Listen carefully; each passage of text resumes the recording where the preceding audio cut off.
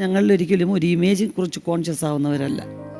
പക്ഷെ പിന്നീട് അങ്ങോട്ടുള്ള ഒരു ആവർത്തനം എന്ന് പറയുന്നത് കൽപ്പന ചേച്ചി അലോസരപ്പെടുത്തിയിരുന്നു. ഞങ്ങളുടെ കൂട്ടത്തിൽ പറ്റില്ല എന്ന് പറഞ്ഞ് ശീലിച്ചത് അവളാണ്. ആ കാലഘട്ടത്തിൽ എൻ്റെ ഭാര്യയായിട്ട് കുറേ സിനിമകൾ കൽപ്പന ഞാനും കൂടി ചെയ്തിട്ടുണ്ട്. കാമുകിയായിട്ട് ചെയ്തിട്ടുണ്ട്, ഓപ്പോസിറ്റ് ക്യാരക്ടറായിട്ട് ചെയ്തിട്ടുണ്ട്. കൽപ്പനയെ കുറിച്ചിട്ട് ഒറ്റ വാക്കിൽ പറയാൻ പകരം വേറൊരാളില്ല. അതെ, അത് പിടക്കോഴി 102 വെച്ച് കഴിഞ്ഞാൽ ഡ്യുവൽ റോളാണ്. പൊന്നമ്മയെന്ന് പറഞ്ഞ് പെണ്ണായിട്ടും ഉണ്ട്, പൊന്നപ്പനായിട്ട്. സാധാരണ ആണുങ്ങൾ സ്ത്രീവേഷം കെട്ടാറുണ്ട്, സ്ത്രീകൾ ആൺവേഷം കെട്ടുന്നത് അധികം ഇല്ല. മാത്രല്ല അതൊരു കോമഡി സീനല്ല. അപ്പോൾ ഇവർ സ്റ്റേജിൽ വന്ന് ആദ്യമേ പറയും, കാതികയല്ല, കലാകാരിയല്ല, ഞാൻ കേവലം ഒരു വിദ്യാർത്ഥി മാത്രമാണ് ഇന്നാൻ. അപ്പോൾ ജനാർദ്ദനം പറയും, അവർ തന്നെ പറയുന്നു കാതികയല്ല, കലാകാരിയല്ല. പിന്നെ എങ്ങനെ ഇവരെയും കൊണ്ട് ഗൾഫിലേക്ക് പോകുന്നത്?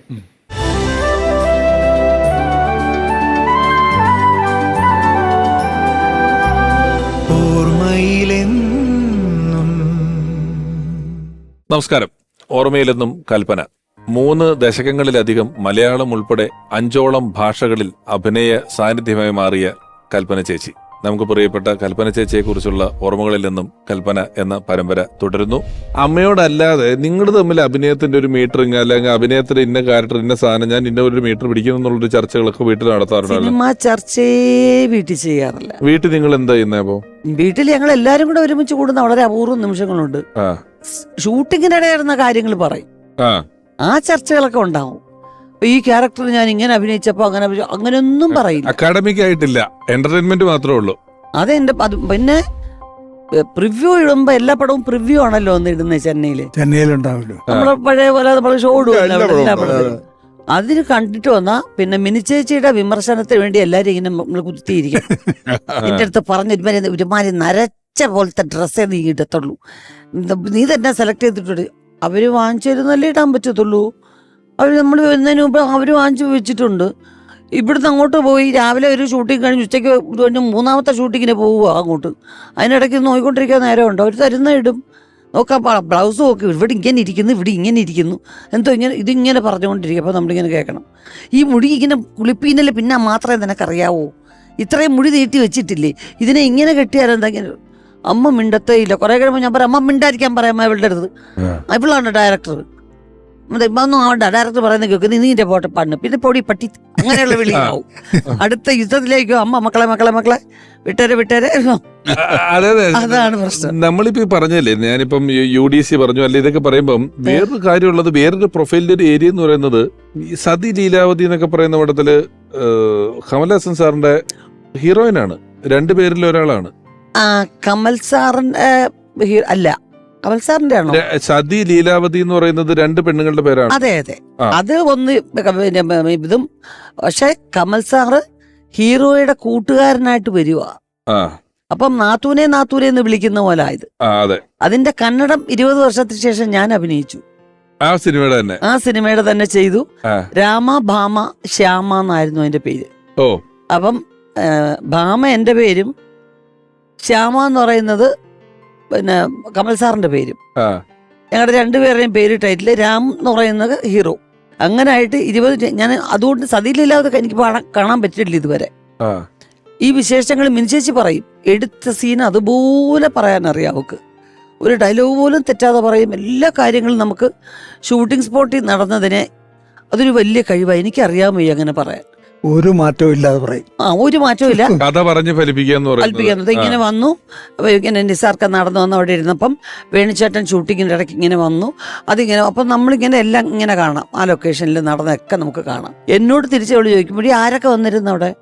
ഞാൻ പറഞ്ഞ എല്ലാവരും വന്നു, ഓരോ ദിവസം ഓരോരുത്തർ വന്ന് എത്ര നീ ഓർമ്മയില്ല. അപ്പം നീ ഡയറിയിൽ എല്ലാം എഴുതി വയ്ക്കുന്ന നിനക്ക് ഓർമ്മയുണ്ടല്ലോ. ഞാൻ പറഞ്ഞാൽ ഡയറി എടുത്ത് വായിക്കും. അപ്പോൾ അവിടെ മോഹൻലാൽ അന്ന് നല്ല ഏതോ ഒരു ഡ്രസ്സ് ഇട്ടുകൊണ്ട് വന്നപ്പം ഇങ്ങനെ ആലപ്പി ഉഷ പറഞ്ഞെന്ന് ഇങ്ങനെ പറഞ്ഞു. അത് ഉഷ എടുത്ത് ചോദിച്ചു നോക്കി, ഞാൻ കണ്ടില്ല മോഹൻലാൽ വരുന്ന സിനിമയുടെ ഡ്രസ്സേ ഇട്ടുള്ളൂ, എനിക്ക് പറയാൻ അറിയത്തില്ല. ഇതൊരു ഭയങ്കര ദേഷ്യമാവും. അവർക്ക് വിശേഷം കേൾക്കണം. അതുമല്ല, ഈ കഥാപാത്രങ്ങൾക്ക് അപ്പുറമുള്ളൊരു നർമ്മബോധം. ഇപ്പൊ അശ്വൻ ചന്ദ്രൻ ചേച്ചിയാണ് നമ്മളൊക്കെ ആണെങ്കിലും ഈ കൽപ്പന ചേച്ചി കുറെ നാള് മിമിക്രി പരിപാടികളുടെ ജഡ്ജ്മെന്റ് പരിപാടിക്ക് ഇരുന്നിട്ടുണ്ട്, ജഡ്ജായിട്ടിരുന്നിട്ടുണ്ട്. ഷോയിൽ ഇഷ്ടംപോലെ ജഡ്ജായിട്ട്. അപ്പം ഞാൻ ചെയ്തിട്ടുള്ള പരിപാടിയിൽ ഉൾപ്പെടെ വന്നിട്ടുണ്ട്, ഇരുന്നിട്ടുണ്ട്. അപ്പൊ ഈ ജഡ്ജ് ചെയ്യുമ്പം കുറച്ച് കറക്റ്റ് കാര്യങ്ങൾ പറയും. ചിലർ ഈ സ്കിറ്റൊക്കെ ആയതുകൊണ്ട് അവിടെ എന്തെങ്കിലും ഒരു എന്റർടൈൻമെന്റ് എന്നുള്ളതിനപ്പുറം പറയേണ്ട ആവശ്യകതകൾ അതിനില്ല. ശരിക്കും വേണമെങ്കിൽ കുറച്ചുകൂടെ കറക്റ്റായിട്ട് കാര്യങ്ങൾ പറയുകയും അതിന്റെ ഒരു നർമ്മബോധം ഉണ്ടല്ലോ, അത് ജഡ്ജ് ചെയ്യുന്ന സമയത്തും ഒരു നർമ്മബോധം. അത് ഞാനിപ്പോ ഓർക്കുന്നത്, ഒരു ദിവസം ഒരു സ്കിറ്റ് കഴിഞ്ഞു, അപ്പം അധികം വേദനിപ്പിക്കാതെ പറയും.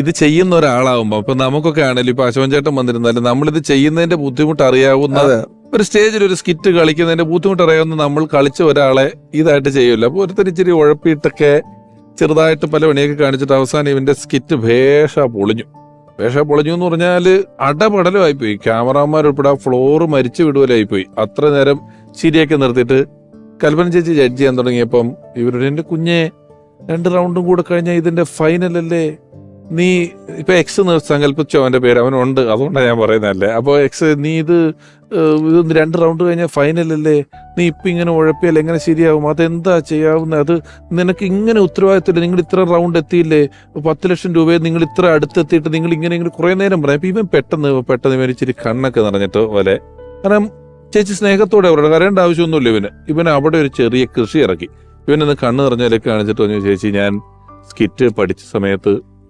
വേറെ 4 പേരായിരുന്നു, അവര് 4 പേരും കൂടി ഇന്നലെ രാത്രി എന്നെ ചതിച്ചു, അവരാരും ഇന്ന് വന്നില്ല, ഒരു ചെറിയ വഴക്കല്ല. ഇവര് ഈ 4 പേരെ എനിക്ക് ഇന്ന് രാവിലെ കിട്ടിയതാണ്.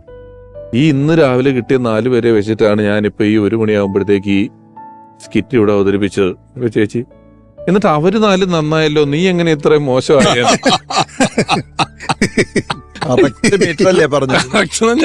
ഇവനെ അടവിറക്കിയതാണ്. ഇവനൊക്കെ പിന്നെ അയ്യോ ഒരു കൂട്ടച്ചിരി എന്ന് പറഞ്ഞാൽ അവിടെ ഉണ്ടായിട്ട് ചേച്ചി 77 സിനിമയിൽ വന്നാലും നമ്മൾ ഈ പറയുന്ന കാര്യങ്ങളൊക്കെ ചെയ്യുമ്പോഴും ഏതാണ്ട് 30 വർഷം എടുത്തു, 35 വർഷം എടുത്തു ഒരു അവാർഡിലേക്ക് എത്തിയപ്പോ. അതായത് 2013 സഹനടിക്കുള്ള നാഷണൽ അവാർഡ് കിട്ടുന്നത് തനിച്ചല്ല ഞാൻ എന്ന് പറയുന്ന സിനിമയാണ്. അതിലെനിക്കൊന്ന് ലളിത ചേച്ചിയുടെ കഥാപാത്രം ആത്മഹത്യ ചെയ്യാൻ പോകുമ്പോൾ ആത്മഹത്യയുടെ വക്കിൽ നിന്ന് ലളിത ചേച്ചിയുടെ കഥാപാത്രത്തെ വിളിച്ചുകൊണ്ട് വരുന്നൊരു മുസ്ലിം കഥാപാത്രമാണ് കൽപ്പന ചേച്ചി ചെയ്തിരിക്കുന്നത്. ആ കഥാപാത്രം ചെയ്യാൻ കൽപ്പന ചേച്ചി അന്ന് അതൊരു ഒറിജിനൽ കഥയെ ആസ്പദമാക്കിയിട്ടുള്ള ബാബു തിരുവല്ല സാറാണ് ആ പടം ഡയറക്റ്റ് ചെയ്തിരിക്കുന്നത്. അപ്പൊ ആ സ്ത്രീയുടെ ഒറിജിനൽ സ്ത്രീയെ കണ്ടുപിടിക്കുകയും അവരോടൊപ്പം കുറെ നാൾ ചെലവഴിക്കുകയൊക്കെ ചെയ്തിട്ടുണ്ടെന്ന് ഞാൻ കേട്ടിട്ടുണ്ട്. വല്ലതും പറഞ്ഞിട്ടുണ്ടോ? അതെ, അവരെ കുറച്ചുനാൾ ജീവിക്കാന്ന് പറഞ്ഞ് ചെയ്തിട്ടില്ല, അതിനുള്ള സമയമൊന്നും ചേച്ചിക്ക് ഉണ്ടായിട്ടില്ല. പക്ഷെ അവള് കുറച്ചേരം മതിയല്ലോ ഒരാളിനെ മനസ്സിലാക്കാൻ അവൾക്ക്. അപ്പോൾ അങ്ങനെ അവരോടൊപ്പം കുറെ സമയം ചെലവഴിച്ചിട്ടുണ്ട്. അവര് കൊണ്ടുവന്ന അമ്മയെ കണ്ടിട്ടുണ്ട് അവള്. ആ കഥകളും കാര്യങ്ങളും ഒക്കെ കേട്ട് ഒരുവിധം ഡീറ്റെയിൽസ് ഒക്കെ മനസ്സിലാക്കി അതൊക്കെ ചെയ്തിട്ടുണ്ട്. അവർക്ക് സഹായങ്ങളും ചെയ്തിട്ടുണ്ട്, നല്ലോണം സഹായം ചെയ്യുള്ളൂ. ഞങ്ങളുടെ വീട്ടിൽ എല്ലാവരും ഒരുവിധം ധർമ്മം ചെയ്യും, അത് പുറത്ത് പറയുകയോ ഇല്ല. അപ്പൊ അവള് അതൊക്കെ ചെയ്യുകയും ചെയ്തു. അവൾ അവസാന കാലത്ത് എവിടെയോ ഇരുന്ന് കേൾക്കുന്നു കേട്ടോ. ഇങ്ങനെ നമുക്ക് ഇങ്ങനെ പറയാനൊരു വെമ്പല് വരുന്നു. ഒരുപാട് പേർക്ക് ഈ ആലുവ ജനസേവ ഭവൻ മുതൽ എല്ലാ സ്ഥലങ്ങളിലും ഹെൽപ്പ് ചെയ്യുമായിരുന്നു. പക്ഷെ എനിക്ക് വിഷമം വെച്ചാൽ അവളുടെ സ്റ്റാർട്ടിങ് ഫിലിംസ് നമ്മുടെ സന്തോഷ് ശിവന്റെ അച്ഛൻ ശിവൻ ഡയറക്റ്റ് ചെയ്ത യാഗം എന്നൊരു സിനിമയാണ് അവളുടെ ബാലതാരമായിട്ട് അഭിനയിച്ച ഏറ്റവും പോപ്പുലർ സിനിമ. അതൊരു മെയിൻ സ്ട്രീം ഫിലിം അല്ല. എന്റെ അമ്മയും മിനിച്ചേച്ചിയാണ് ലീഡ് ചെയ്തിരിക്കുന്നത്. ഒരു അമ്മയും മകളും കൂടെ അച്ഛന്റെ വരവ് കാത്തിരിക്കുന്ന വീട്ടിലേക്ക് ഒരു അതിഥിയായിട്ട് അപ്രതീക്ഷിതമായ ചെറുപ്പക്കാരൻ വന്നെത്തുന്നു. അപ്പൊ ആ വീടിന്റെ ഒരു ഭാഗത്ത് ഒരു മുറി വാടകയ്ക്ക് കൊടുക്കുന്നു എന്നുള്ളൊരു കഥയാണ്. ഇതിപ്പോ ഈ പയ്യൻ തന്നെ അവർ അച്ഛന്റെ മരണകാരണമാവുന്നു, അങ്ങനെ അവൻ ആ വിപ്ലവത്തിൽ നിന്ന് പിന്മാറുന്നു എന്നുള്ളൊരു കഥ തീരുന്നത്. ഇത് അഭിനയിച്ചു. ഇത് വലിയ സീരിയസ് ഒരു പടമാണ്. പോക്കോയിൽ അഭിനയിച്ചു, അതും വളരെ സീരിയസ് ആയിട്ടൊരു നായികാവേശമാണ്. അതൊക്കെ കഴിഞ്ഞിട്ടാണ് ഇതിലേക്ക് വന്നത്. ഷീലാമ്മ ഡയറക്റ്റ് ചെയ്തിട്ടുള്ള ശിഖരങ്ങൾ എന്ന മറ്റു പറയുന്ന ഒരു പടത്തിൽ ഞാനും മിനിച്ചേച്ചിയും ഒരു കുട്ടികളുടെ ഒരു നാടകം പോലെ ഒരു പോർഷനുണ്ട്. ഞാൻ രാജകുമാരനും സിൻഡ്രല്ലയുടെ നാടകമാണ്. ഞാൻ രാജകുമാരനും മിനിച്ചേച്ചിയാണ് ഏഞ്ചൽ, ഈ മാലാഖ വന്നിട്ട് സിൻഡ്രല്ലയ്ക്ക് ചെരുപ്പ് കൊടുക്കുന്ന ആ ഒരു മാലാഖ. അപ്പൊ ഞങ്ങൾ രണ്ടുപേരും അഭിനയിച്ചു. അങ്ങനെ കൊച്ചിലെ ഞങ്ങൾ ഒത്തിരി പടം ചെയ്തിട്ടുണ്ട്. MT സാറിന്റെ മഞ്ഞ് എന്ന് പറയുന്ന മഞ്ഞിൽ ഞാനില്ല, ഞാൻ മിനിച്ചേച്ചിയും എൻ്റെ 2 അനിയന്മാരും വർക്ക് ചെയ്തിട്ടുണ്ട്. ഇപ്പൊ ഞാൻ ഇന്ന് അശോകൻ ചേട്ടൻ ചോദിച്ചു, ഇപ്പൊ അശോകൻ ചേട്ടൻ ഇപ്പോ കരിയർ അശോകൻ ചേട്ടൻ ഒരു 30 വർഷമായോ? 36. ആ, ഇപ്പോഴാണ് അശോകൻ ചേട്ടൻ ഇടയ്ക്ക് ആകാശം പോലുള്ള സിനിമകൾ ചേട്ടൻ ഒരു ഗൗരവമുള്ള എന്ന് നമ്മൾ പ്രേക്ഷകർ പറയുന്നത്. അപ്പൊ നമ്മളെ സംബന്ധിച്ചിടത്തോളം ഞാൻ പലയിടത്തും പറഞ്ഞിട്ടുണ്ട്, ആൾക്കാർ അയാൾ നന്നായിട്ട് അഭിനയിച്ചു, അയാൾ നന്നായിട്ട് അഭിനയിക്കൂ എന്നൊക്കെ പറയണമെങ്കിൽ എപ്പോഴും സെന്റിമെന്റ്സ് ഉള്ള കരച്ചിൽ റോള് ചെയ്താലേ ഇത് അംഗീകരിക്കുക. അത് അവാർഡ് കമ്മിറ്റി ആണെങ്കിലും ശരി, പൊതുജനമാണെങ്കിലും ഒക്കെ ശരി. അപ്പൊ ഈ കൽപ്പന ചേച്ചി അവസാന കാലങ്ങളിൽ പറഞ്ഞ പല ഇന്റർവ്യൂകളിലും ഇത് പറഞ്ഞിട്ടുണ്ട്. കാരണം ഞാനൊരു കാലഘട്ടം മുഴുവൻ ഈ കോമഡി വേഷങ്ങൾ ചെയ്തതുകൊണ്ട് നല്ല കഥാപാത്രങ്ങൾ ഒരുപാട് കിട്ടാതെ പോയിട്ടുണ്ടെന്ന് പറയുന്നില്ലേ. അത് അശോകൻ ചേട്ടൻ നമുക്ക് അനുഭവിക്കുന്ന ഒരു പ്രശ്നം തന്നെയല്ലേ ശരിക്കും? അതെ, തീർച്ചയായിട്ടും. അതായത് എൻ്റെ മകളുടെ കല്യാണത്തിന് കൽപ്പന വരുമ്പോൾ കൽപ്പന സ്റ്റേജിൽ വന്നിട്ട് ഞാൻ ഫോട്ടോ എടുത്തിന് ഉടനെ പോകും, ഭക്ഷണം കഴിക്കാൻ നിൽക്കില്ല. കാരണം ഷൂട്ടിംഗ് തെലുങ്ക് തമിഴ് ഏതോ സെറ്റിൽ നിന്നാണ് വരുന്നത്. അശോക് എനിക്ക് കാണുന്ന ഒരു കാര്യം പറയാനുണ്ട് എന്ന് പറഞ്ഞിട്ട് വേഗം ഫോട്ടോ എടുത്ത് എൻ്റെ കയ്യെ പിടിച്ച് വലിച്ചിട്ട് സ്റ്റേജിൻ്റെ സൈഡിലേക്ക് മാറി. ഞാൻ ചെയ്യുന്ന പടത്തിൽ ഡയറക്റ്റായിട്ട് സംസാരിച്ചിട്ടുണ്ട്, അശോകൻ അതൊരു വേഷം പറഞ്ഞിട്ടുണ്ട്, അതിലല്ല അയാൾ അടുത്ത് ചെയ്യാൻ പടത്തിൽ തെലുങ്കോ തമിഴോ എന്തോ, തെലുങ്കോ കന്നഡയോ അത് നിങ്ങൾ അവിടെ വന്ന അശോക് വിളിക്കാൻ പറ്റും, ഞാൻ വിളിച്ചോളാം എന്ന് പറഞ്ഞ് പോയ ആളാണ്. ഈ പരിചയമില്ലാത്ത ആൾക്കാരോട് ചെറിയ ഒരു ഐസ് ബ്രേക്ക് ആവാനൊക്കെ ഉള്ള ചില സമയമൊക്കെ ഉണ്ട് ചേച്ചിക്ക്. ചില ആൾക്കാർ ഇപ്പൊ ഞാന് പരിചയത്തിന്റെ അല്ല, ചില ഒരു ഡെക്കോറം മെയിൻറ്റെയിൻ ചെയ്യാൻ ഒരു സ്കിറ്റ് ഒരിക്കൽ റെക്കോർഡ് ചെയ്തുകൊണ്ടിരിക്കുന്നുണ്ട്. അപ്പൊ ഒരു സ്കിറ്റ് റെക്കോർഡ് ചെയ്യുമ്പം ചേച്ചിയുണ്ട്, ചേച്ചിയുടെ ഭർത്താവായിട്ട് അഭിനയിക്കുന്ന ഒരു ക്യാരക്ടറുണ്ട്, അത് വേറൊരാളാണ്. അപ്പം ഏതോ ഒരു സ്ഥലത്ത് ഒന്നിനൊരു സ്ഥലത്ത് ഇവിടെ വാടി ഇവിടെ കുറെ പറയുന്നുണ്ട്. അപ്പൊ കൽപ്പന ചേച്ചി എന്നോട് പറഞ്ഞു, നമുക്ക് ഇതില് സ്കിറ്റില് വലിയ ആവശ്യമൊന്നും ഇല്ലെങ്കിൽ പേര് വിളിച്ചാൽ പോരെ, വെറുതെ എടി പൊടിയെന്ന് നമ്മൾ വിളിക്കണം, ആൾക്കാർക്ക് സ്റ്റേജിനോട് കാണുന്ന ഒരു റെസ്പെക്ട് പോകില്ല എന്ന് പറഞ്ഞിട്ട് ഇത് പറഞ്ഞു മാറ്റിച്ചിട്ടുണ്ട്. പിന്നെ തുടക്കത്തിൽ ഉറച്ചു പറഞ്ഞിട്ടുണ്ട് തൊടാത്ത മേഖല ഏതാണെന്ന് നമ്മൾ നോക്കുമല്ലോ. അതിൽ ഞാൻ നോക്കുമ്പോൾ നമ്മുടെ വിനീത് ശ്രീനിവാസൻ പലവട്ടം കാത്തു നിന്ന് എന്നുള്ള പാട്ട് ചെയ്തപ്പോ അതിനൊരു വിനീത് ശ്രീനിവാസൻ പാട്ട് സലീമേട്ടനാണല്ലോ അഭിനയിച്ചത്. അതിനൊരു മറുപടി പാട്ട് ചെയ്തിട്ടുണ്ട് ഉഷാ ഉതുപ്പും കൽപ്പന ചേച്ചിയും കൂടെ. സലീം ഉണ്ടായിരുന്നു തോന്നുന്നു അതിനകത്ത്. സലീം ആൽബത്തിലുണ്ട്. വിനീത് ശ്രീനിവാസൻ ചെയ്തതിനകത്ത് സലീമേട്ടനുണ്ട്. ഉഷാ ഉതുപ്പും കൽപ്പന ചേച്ചിയൊക്കെ കൂടെയാണ് ഇതിന്റെ ഒരു മറുപടി പാട്ട് അന്ന് ചെയ്തു വെച്ചിട്ടുണ്ട്. പലവട്ടം കാത്തു നിന്നാൽ. ഇത് ഈ അരമന വീട് 500 ഏക്കർ തന്നെ പടം ചെയ്തുകൊണ്ടിരിക്കുമ്പോൾ അവിടെ അഭിനയിക്കാനായിട്ട് നല്ല സൈസുള്ളൊരു ചെറുപ്പക്കാരൻ വന്നു, ഒരു പയ്യൻ. അപ്പൊ അവന് അതിൽ വേഷം ഇല്ലാത്തത് കൊണ്ട്, അനിൽ ബാബു ആണ് അത് ഡയറക്റ്റ് ചെയ്തത്. അപ്പൊ അതിന് വേഷം ഇല്ലാത്തതുകൊണ്ട് പിന്നീട് പോകെ ഒരു 2-3 ദിവസം കഴിഞ്ഞപ്പോൾ അതിനടുത്ത ലൊക്കേഷൻ മാനേജറായിട്ട് മാറി പാവം. പിന്നെ ആൾക്കാരെ മാറ്റാനും പിടിക്കാനും ഭക്ഷണം കഴിക്കുന്ന നമ്മൾ കൊണ്ടുപോകാനും ഇരുത്താനും ഒക്കെ ആളായി, കിട്ടിയാലൊരു വേഷവും ചെയ്യാം, അങ്ങനെയായി. അത് കഴിഞ്ഞിട്ട് ഞാനും ജയറാമും ആ വീട്ടിൽ നിന്ന് രക്ഷപ്പെട്ടു പോകുന്നൊരു സംഭവമുണ്ട്, മനയിൽ നിന്ന് രക്ഷപ്പെട്ടു പോകുന്നു. അന്ന് അതിൽ അന്ന് ആ പുഴ ഒരു കുളം ഉണ്ട്, അതിൻ്റെ ആ കുളത്തിൻ്റെ അങ്ങോട്ട് രാത്രി ഒളിച്ചിങ്ങനെ വരുമ്പോൾ പെട്ടെന്നൊരാൾ പൊങ്ങണം കുളത്തിൽ നിന്ന്, അവിടെ ഒരു ഞെട്ടല്, അവിടുന്ന് ഓടി ഹൈഡ് ചെയ്യണം, അതൊക്കെയാണ് സംഭവം. എന്നാൽ അത് ആ വേഷം അയാൾക്ക് കൊടുക്കാം. അങ്ങനെ അയാൾ വേഗം തന്നെ ഞാൻ റെഡി എന്നൊക്കെ പറഞ്ഞു സുഹൃത്തൊക്കെ കൊടുത്ത് ഇയാൾ രാത്രിയാണത് ക്യാമറയൊക്കെ വെച്ച് ലൈറ്റപ്പ് ഒക്കെ ചെയ്തിട്ടുണ്ട്, ഇതിൽ മുങ്ങി നിന്നോ, സമയമാകുമ്പോൾ നമ്മൾ വിസിലടിക്കും പൊങ്ങി വന്നാൽ മതി. ആക്ഷൻ പറഞ്ഞു. നമ്മൾ പതുക്കെ ഞാനും ചേരാൻ കൂടി നടന്ന് സ്റ്റെപ്പ് ഇങ്ങനെ ഇറങ്ങി ഈ കുളത്തിൻ്റെ അടുത്ത് വന്നപ്പോഴില്ല, വിസിലടിച്ചാലും നോക്കുമ്പോൾ 2 കാലാണ് ഫ്രെയിമിലേക്ക് വന്നത്. കാരണം ഇയാൾക്ക് നീന്താൻ അറിയില്ല. ഒരു കഴിഞ്ഞ ഒരു അപകടം ഉണ്ടായേനെ. അപ്പൊ കൽപ്പന അവിടെ ഇരിപ്പുണ്ട്. കൽപ്പന എല്ലാവരും അനിലിനും ബാബുവിനൊക്കെ കുറേ വഴക്കും, നിങ്ങൾക്ക് അറിയില്ല അയാൾക്ക്, ഞങ്ങൾക്ക് എങ്ങനെ അറിയാം അയാൾ ചെയ്യാന്ന് പറയുമ്പോൾ അങ്ങനെയല്ല നമ്മൾ വിശ്വസിക്കുള്ളൂ, അത് അവരുടെ കുഴപ്പമില്ലല്ലോ. ഇത് കഴിഞ്ഞ് പിറ്റേ ദിവസം കുറച്ച് ആർട്ടിസ്റ്റുകൾ കുറവാണ്. പിറ്റേ ദിവസം രാവിലെ അപ്പൊ അനിലും ബാബും കൂടി പറഞ്ഞു സോങ് എടുക്കാൻ, ഞാനും കൽപ്പനയുണ്ട്, സോങ് എടുക്കാൻ. പിന്നെ അവിടെ ഒരു വയലിൽ പോയി ഞങ്ങനെ വയലിൻ്റെ വരമ്പത്തൊക്കെ ഇങ്ങനെ പുറഞ്ചാരി ഇരുന്ന് സോങ്ങിൻ്റെ കട്ടൊക്കെ എടുത്തുകൊണ്ടിരിക്കുന്നത്. അപ്പോഴും ഈ പയ്യനുണ്ട്, ഞാനൊക്കെ അവിടെ പൊയ്ക്കളഞ്ഞാൻ, ഇവനവിടെ ഉണ്ട്. അപ്പോൾ പൂക്കളൊന്നുമില്ല, ഈ വയൽ മാത്രം വെച്ച് നമ്മൾ കുറേ നേരം ഇങ്ങനെ എടുത്തുകൊണ്ടിരിക്കുന്നതിനെ പിന്നെ അവിടെ പോകണം. മലമ്പുഴ ഗവി എന്നങ്ങനെ സ്ഥലമില്ലേ, മലമ്പുഴയിലൊരു സ്ഥലം ഉണ്ടല്ലോ, അവിടെ കോളാമ്പി പോലെ ഇപ്പൊ ലോയി സാറിന്റെ പടത്തിന്റെ ഷൂട്ട് ചെയ്താണ്. അപ്പൊ ഇവൻ എല്ലാ സെറ്റും നടക്കുന്നുണ്ട്, അത് മനസ്സിലായി. നീളത്തിൽ വെളുത്ത കോളാമ്പി, ഇത് കോളാമ്പിയിലെ പൂക്കൾ ഇപ്പൊ ഷൂട്ട് ചെയ്തോളൂ, അവിടെ ഉണ്ട്, കംപ്ലീറ്റ് ഉണ്ടെന്ന് പറഞ്ഞു. നേരെ ബിജുവിന്റെ, നമ്മുടെ തിരുവനന്തപുരത്ത് ബിജു ഇല്ലേ, ബൈജുവിന്റെ വണ്ടിയിൽ ഞാനും പിന്നെ ഇവൻ നമ്മുടെ വണ്ടി, ആ വണ്ടി തന്നെ കയറി പിന്നെ കൽപ്പനയൊക്കെ ആദ്യമേ പോയി. വണ്ടി ഇവിടുന്ന് ഷിഫ്റ്റായി നേരെ മലമ്പുഴക്ക് സോങ് എടുക്കാൻ വേണ്ടിയിട്ട്. വേറെ വർക്കില്ല, ആർട്ടിസ്റ്റുകളും ഇല്ല. അപ്പം ഞങ്ങൾ പതുക്കെ പതുക്കെ പോയിണ്. അവർ വണ്ടി യൂണിറ്റ് പോയി, എല്ലാം പോയി. അവിടെ ചെന്ന് അപ്പോൾ അവിടെയും കൽപ്പന ഉണ്ട് കേട്ടോ. അവിടെ ചെന്ന് ഞങ്ങളിങ്ങനെ ഇറങ്ങിയപ്പോൾ എല്ലാവരും ഇങ്ങനെ നിൽക്കുക, എല്ലാ യൂണിറ്റ് അടക്കം എല്ലാവരും നിൽക്കുകയാണ്. ബൈജു വെക്കാൻ ഇറങ്ങി, ഞാനും ഇറങ്ങി കഴിഞ്ഞപ്പോൾ കൽപ്പന ഓടി വന്നു പറഞ്ഞ മറുപടി, അശോക ഇവിടെ അയാൾ പറഞ്ഞ പൂവില്ലേ, ഒന്നുമില്ല, ഒരു പൂവുണ്ട്. അല്ല, അയാൾ വേറെ വണ്ടിയില്ലായിരുന്നു, സോറി, അയാൾ വേറെ വണ്ടിയിലായിരുന്നു, ഞങ്ങൾ ബൈജുവിൻ്റെ വണ്ടിയിൽ. ആ പൂവ് ഒട്ടുമില്ല ഇവിടെ, ഒന്നുമില്ല, ഒരു പൂവുണ്ടായിരുന്നു. അത് ഇവന് വണ്ടി എന്ന് പറയുമ്പോൾ അവനെ കണ്ടപ്പോൾ ആ പൂവും താഴെ വീണെന്ന്.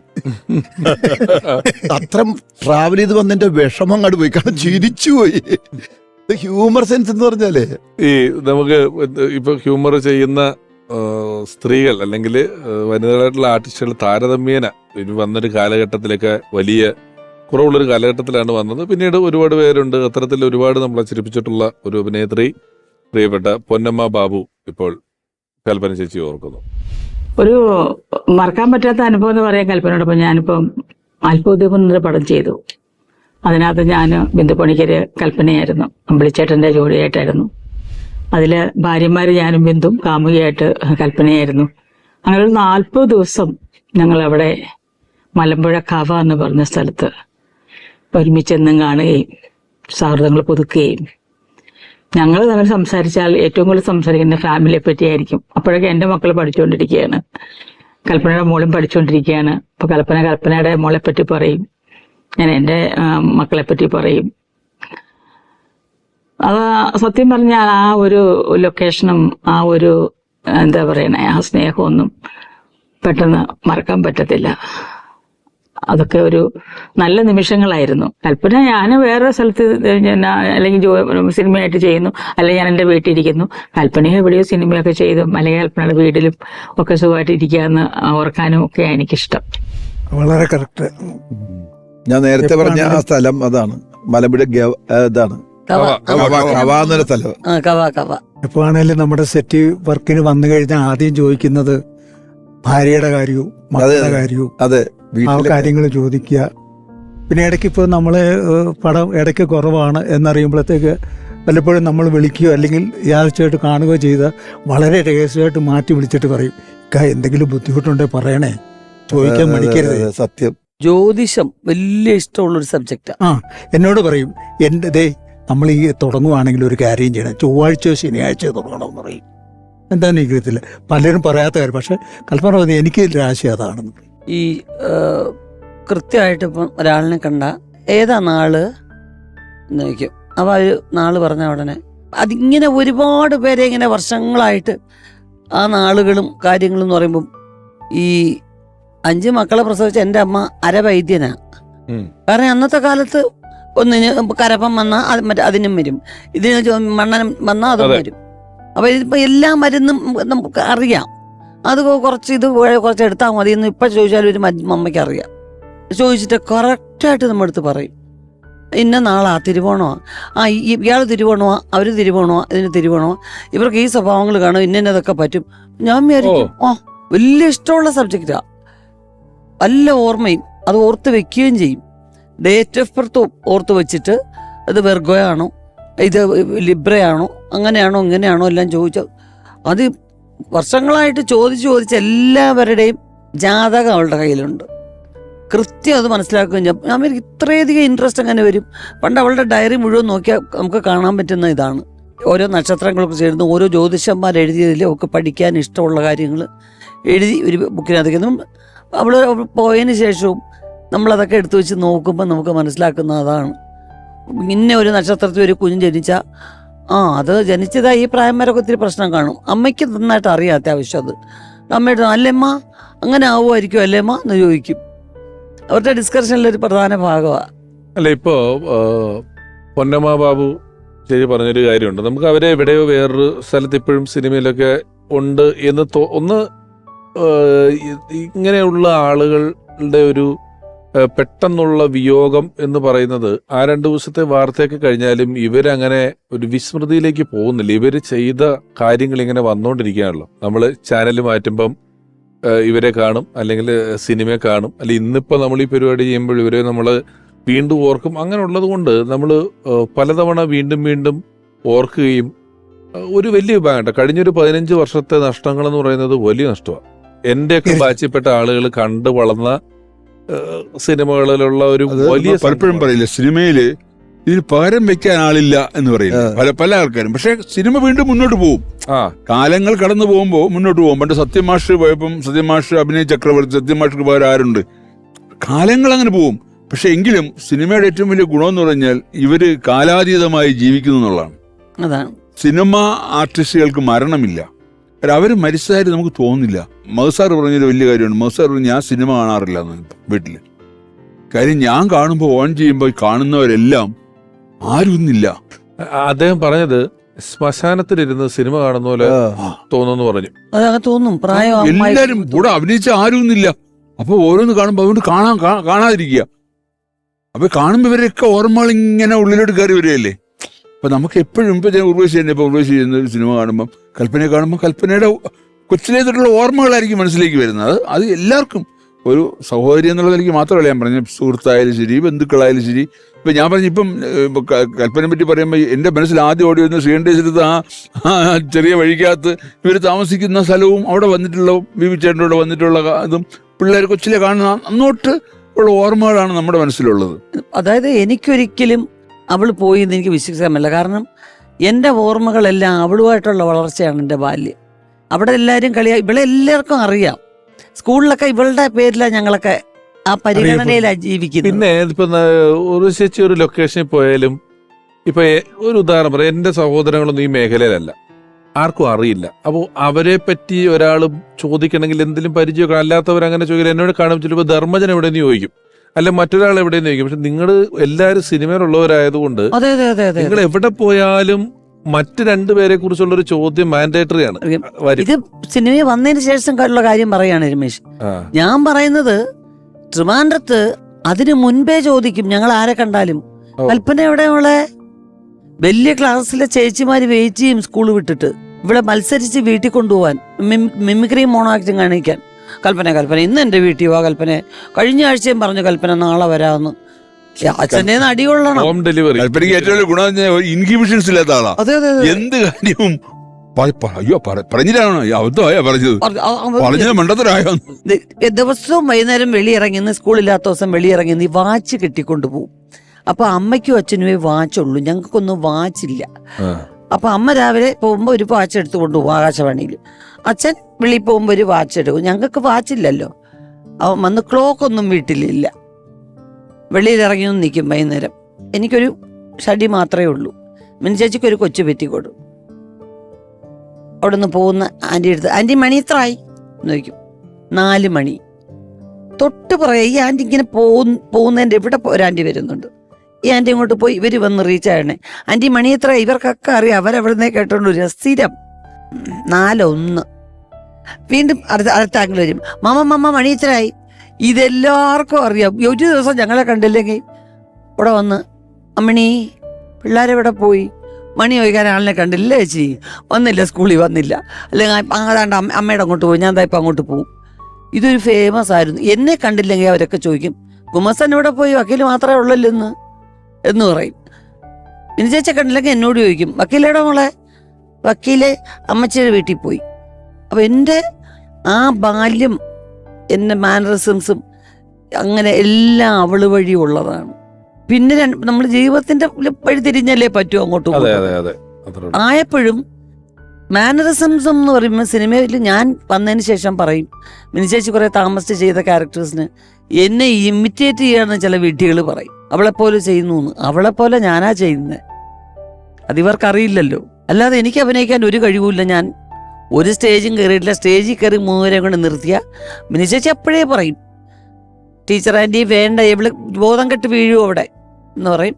സ്റ്റേജിൽ തുറന്ന് 2 പേരും 2 ഭാഗത്തൂടെ ഇങ്ങനെ പിരിഞ്ഞ് അനക്കേറ മലയിലേന്ന് പറയുമ്പോൾ പിള്ളേരൊക്കെ മിനിച്ചേച്ചിയെ നോക്കി ക്ലാപ്പ് ചെയ്യും.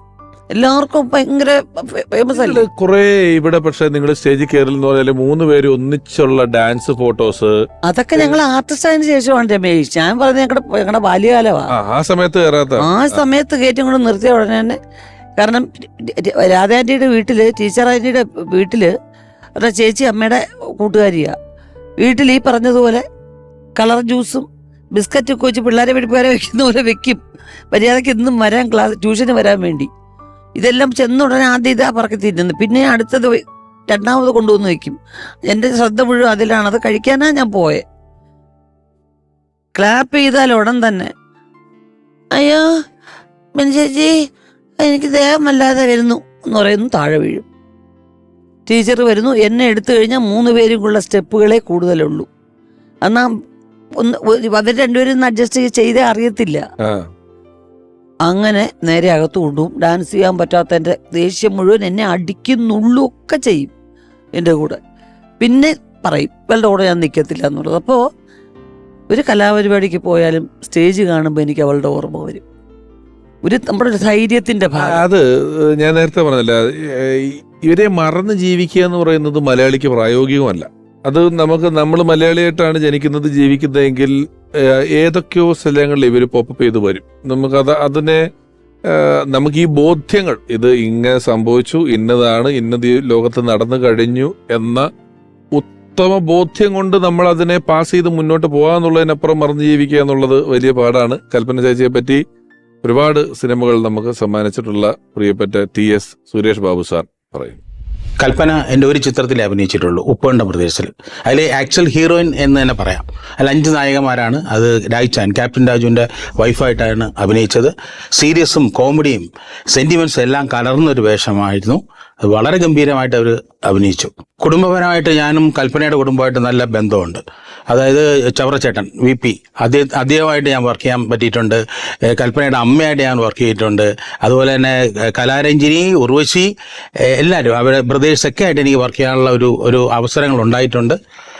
ഞാൻ അസിസ്റ്റൻ്റായിട്ട് വർക്ക് ചെയ്യുന്ന സമയത്തും ഡയറക്റ്റ് ചെയ്യുന്ന പടങ്ങളിലെല്ലാം.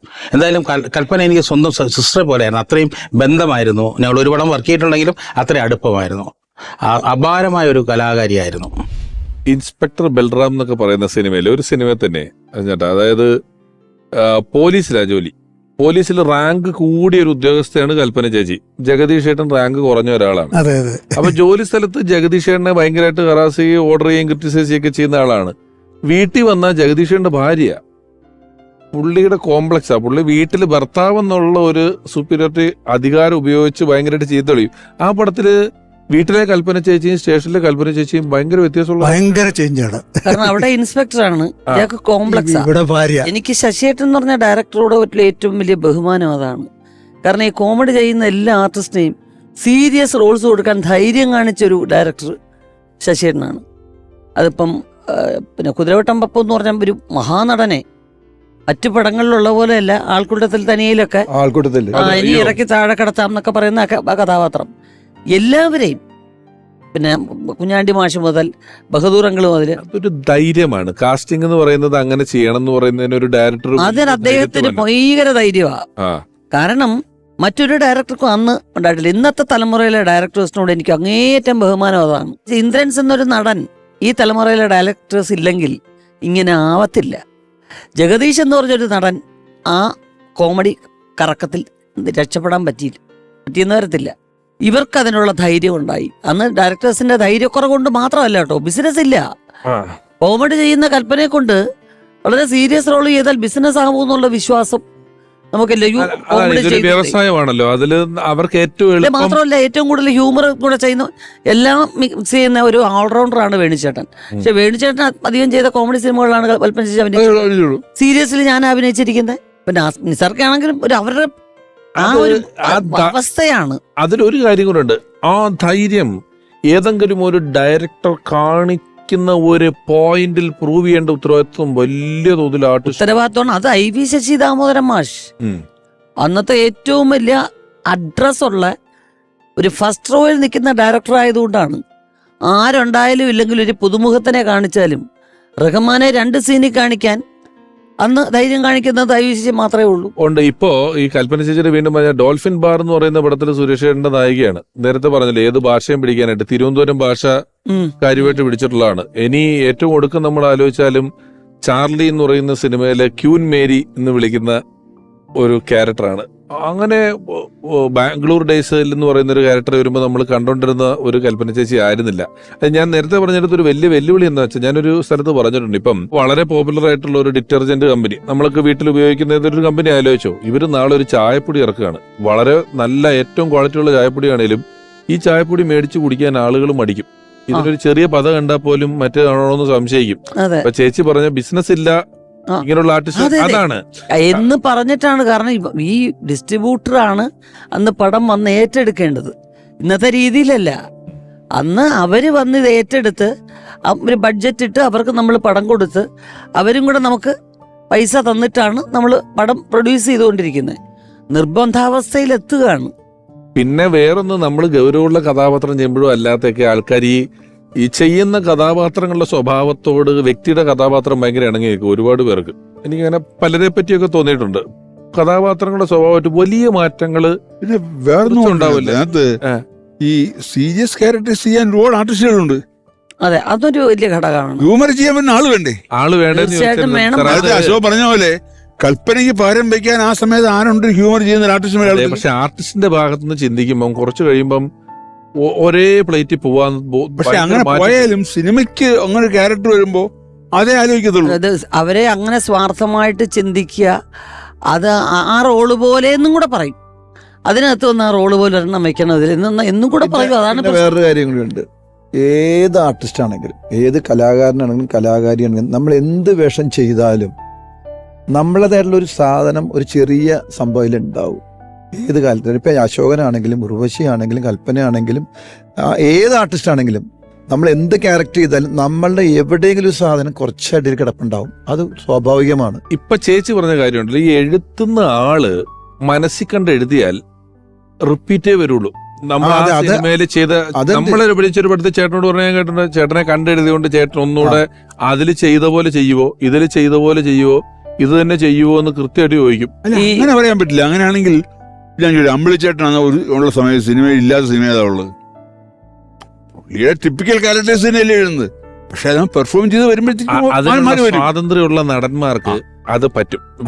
മാത്രമല്ല ചേട്ടാ, ഫീമെയിൽ കോമഡി എന്ന് പറഞ്ഞത് പ്രാബല്യത്തിൽ കൊണ്ടുവന്നത് അന്ന് മുതലേ ഉണ്ടെങ്കിലും ആ ഒരു ട്രാക്ക് കോമഡിയിലാവാതെ അതിലൊരു മാറ്റം കൊടുത്ത് ഒരു നാച്ചുറൽ ഇതിലേക്ക് മാറ്റിയതാണ് മിൻചേച്ചി. നായികമാര് കോമഡി ചെയ്താൽ ആരും അംഗീകരിക്കത്തില്ലായിരുന്നു. ഞാനത്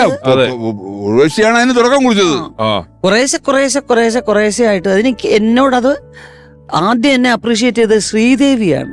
അത് മിനിശേഷിയുടെ ഏറ്റവും ആരാധനാപാത്രമാണ് ശ്രീദേവി. ശ്രീദേവിയുടെ പടങ്ങൾ, ശ്രീദേവി എങ്ങനെ നടക്കുന്നു, ഏത് ഡ്രസ്സ് ചെയ്യുന്നു, ശ്രീദേവിയുടെ പാട്ട്. അപ്പം ശ്രീയമ്മ എൻ്റെ ഒരു ഫംഗ്ഷനെ കൊണ്ട് കുറേ നാളിന് മുമ്പ് ഞാൻ തമിഴ് ചെയ്തൊക്കെ ശ്രീയമ്മ ഹിന്ദി ചെയ്യും. ശ്രീയമ്മ തെലുങ്കിൽ ചെയ്തതും തമിഴ് ചെയ്തതും ഞാൻ വീണ്ടും സെക്കൻഡായിട്ട് തെലുങ്കിലും ഇതിലും അല്ലെങ്കിൽ തമിഴ് റീമേക്കും ചെയ്തിട്ടുണ്ട്. തോഫ എന്ന് പറഞ്ഞ ശ്രീയമ്മയുടെ ഫേമസ് ഫിലിം ഞാനാണ് തമിഴ് ചെയ്തത് പിന്നെ വന്നിട്ട് ചെയ്യുന്നത്. അപ്പം എൻ്റെ അടുത്ത് പറഞ്ഞു, ഉർവശി അറിയുന്നില്ല, ഉർവശിക്കകത്തൊരു ഹ്യൂമർ ഉണ്ട് കേട്ടോ. അന്ന് ഞാൻ ഞാൻ ഏറ്റവും ഒരു ഇൻട്രോവേർട്ട് ക്യാരക്ടറാണ് ബേസിക്കായിട്ട്. എനിക്ക് ഒരുപാട് കിടന്ന് വളവളാന്ന് വർത്തമാനം പറയുന്നത് ഇഷ്ടവേ അല്ല. അങ്ങനെ പേഴ്സണലായിട്ട് സംസാരിച്ചുകൊണ്ട് ആരെങ്കിലും ഇരുന്ന് കഴിഞ്ഞാൽ ഞാൻ എങ്ങനെയെങ്കിലും അവിടെ നിന്ന് മുങ്ങും. എനിക്കൊരിക്കലും ഇഷ്ടമുള്ള ഒരു പുസ്തകം കിട്ടിയാൽ മതി, ഞാൻ അവിടെ ഇരുന്നോളും. അപ്പോൾ അത് മാറ്റിയെടുത്തത് ശ്രീയമ്മയാണ്. ശ്രീയമ്മ എന്നോട് പറഞ്ഞു, അതൊന്ന് കിടപ്പുണ്ട് ഉർവശി. ഒരു ഹീറോയിൻ കോമഡി എന്ന് പറഞ്ഞാൽ ഞാൻ വളരെ വൈകി മനസ്സിലാക്കി പ്രയോഗിച്ചുകൊണ്ടിരിക്കുക. അതിൽ തൻ്റെ ഒരു ചെറിയ ഇൻഫ്ലുവൻസ് ഉണ്ട്. കാരണം താൻ അത് നന്നായിട്ട് പ്രയോഗിക്കുന്നുണ്ട്, താൻ അത് അറിയുന്നതേ ഇല്ല. അത് ഈ ഹ്യൂമർ ചെയ്യുമ്പം ഇത്തിരി കയറ്റി ചെയ്യണമെന്നുള്ളൊരു തത്വം അന്തരീക്ഷത്തിലുണ്ട്. ഹീറോയിൻ ഇത് കയറ്റി ചെയ്യാൻ പറ്റൂല, ഒരു ഹ്യൂമർ ക്യാരക്ടർ ചെയ്യുന്ന പോലെ ചെയ്യാൻ പറ്റൂല. അപ്പം അത് കൺവിൻസ് ചെയ്തെടുക്കല് വലിയ ബാധ്യതയാണ്. അവിടെയാണ് ചേച്ചിയൊക്കെ ഏറ്റവും സുഖമായിട്ട് തലൂരി പോകുന്നത്. അങ്ങനെ ഓവർ കോമഡിയോട് എനിക്ക് താല്പര്യമില്ല. ഇല്ല, ഇപ്പോ തലയണ മന്ത്രം എടുത്താല് നിങ്ങൾ വീട് മാറിയ ശേഷം പിറ്റേന്ന് രാവിലെ എന്നെ പെണ്ണ് കാണാൻ വന്നപ്പം നിങ്ങളെ കാണാൻ മമ്മൂട്ടിയെ പോലെ ആയിരുന്നു എന്ന് ശ്രീ പറയുന്നുണ്ട്.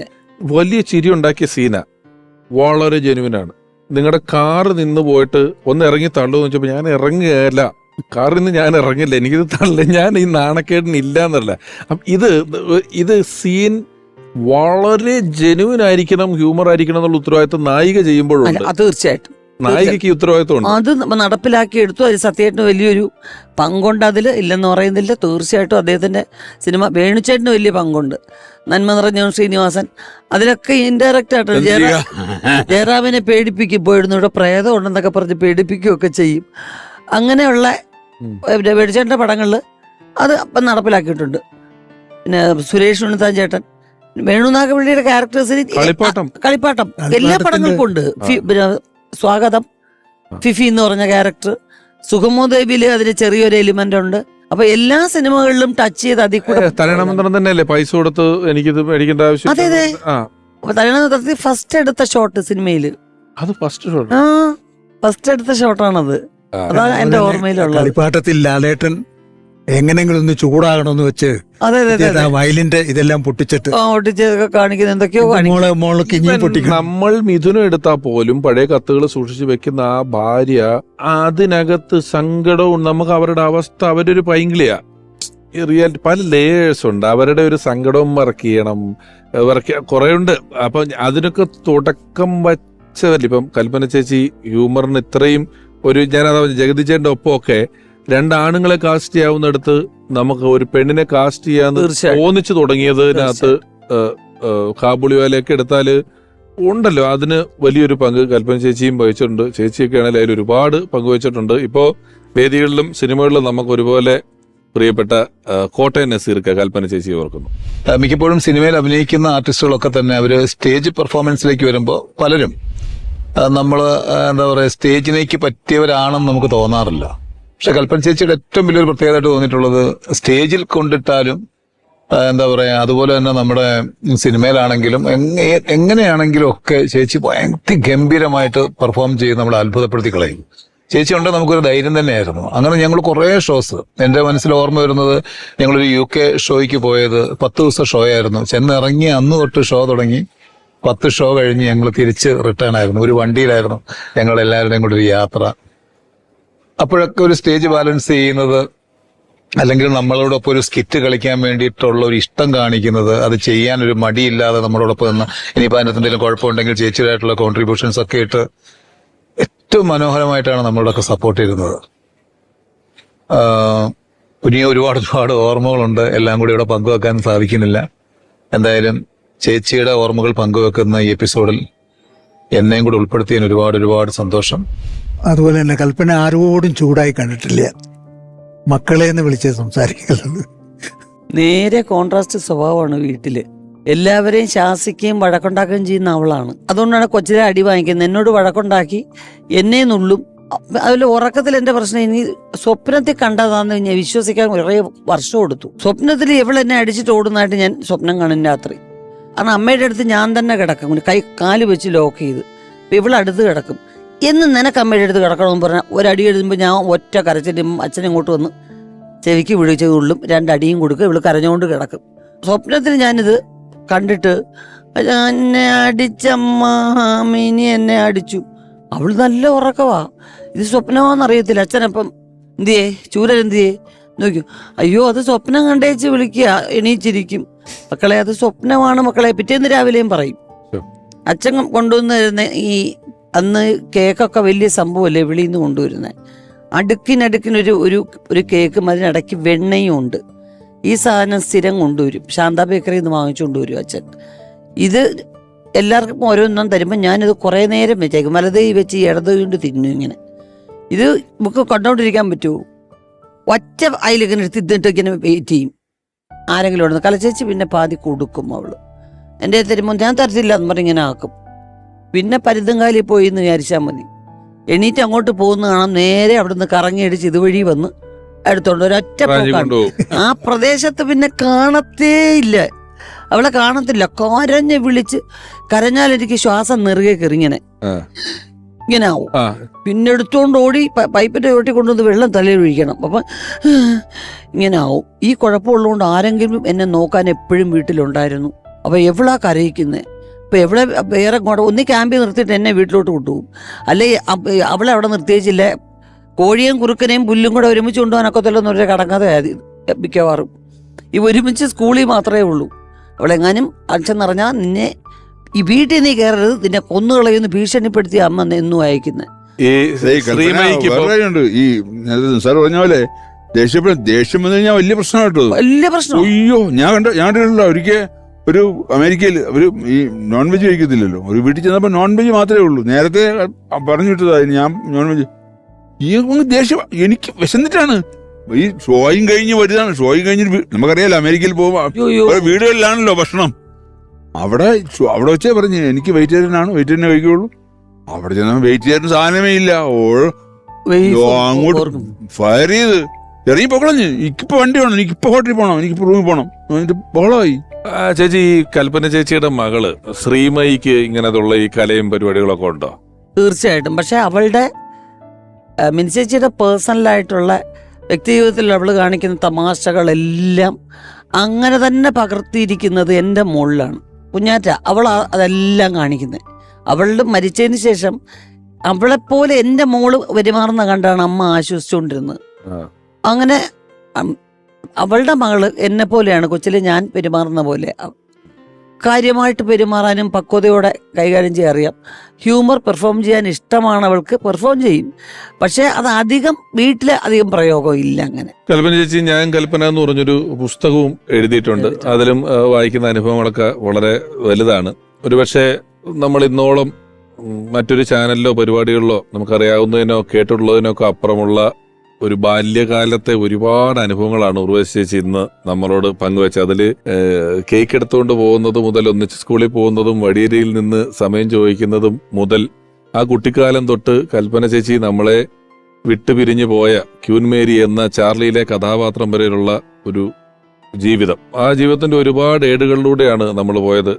പ്രിയപ്പെട്ട നിസാർ സാർ അദ്ദേഹത്തിന്റെ ചിത്രങ്ങളുടെയും വ്യക്തി എന്ന നിലയിലുള്ള ഓർമ്മകൾ പങ്കുവച്ചു.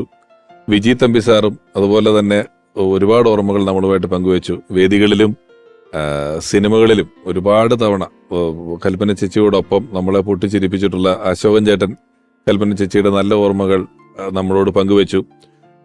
ഇന്ന പ്രായം അല്ലെങ്കിൽ ഒരു മനുഷ്യൻ ഇത്ര പ്രായത്തിലാണ് നമ്മെ വിട്ടു പോകേണ്ടത് എന്നൊന്നുമില്ല. അതിന് പ്രത്യേകിച്ച് കണക്കുകളൊന്നും ഇല്ല. ഈയിടെ എവിടെയോ വായിച്ചതാണ്, നമ്മൾ ഓരോരുത്തരുടെയും ജനനം നമുക്കറിയാമെന്ന് പറയുന്നത് പോലെ മരണവാർഷികം നമ്മൾ എല്ലാ കൊല്ലവും കടന്നു പോകുന്നുണ്ട്. അത് ഏത് ഡേറ്റാന്ന് നമുക്കറിയില്ല എന്ന് മാത്രമേ ഉള്ളൂ എന്ന് പറഞ്ഞതുപോലെ നമ്മെ വിട്ടുപിരിയേണ്ട ഒരു കാലത്തിലോ പ്രായത്തിലോ സമയത്തിലോ ഒന്നുമല്ല കൽപ്പന ചേച്ചി നമ്മളെ വിട്ടുപിരിഞ്ഞു പോയത്. എങ്കിലും ചെയ്തു വെച്ച ഒരുപാട് കഥാപാത്രങ്ങൾ, ഉണ്ടാക്കി വെച്ച വലിയ വലിയ സൗഹൃദങ്ങൾ എല്ലാം ഇന്നും അവരെ നമ്മളുടെ മനസ്സിൽ ജീവനുള്ളതായി നിലനിർത്തുന്നു.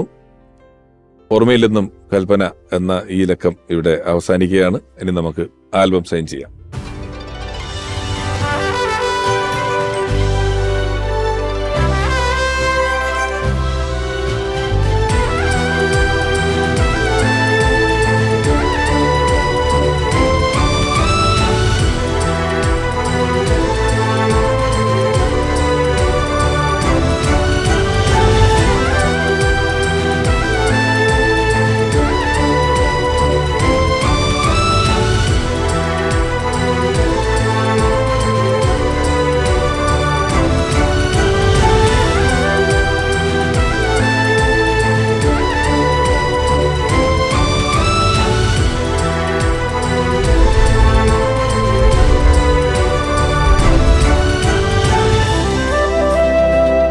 പ്രിയപ്പെട്ട ഉർവശി ചേച്ചിക്ക് അമൃത ടിവിയുടെ വക ഒരു ഉപഹാരം വിജി തമ്പി സാർ നൽകുന്നു.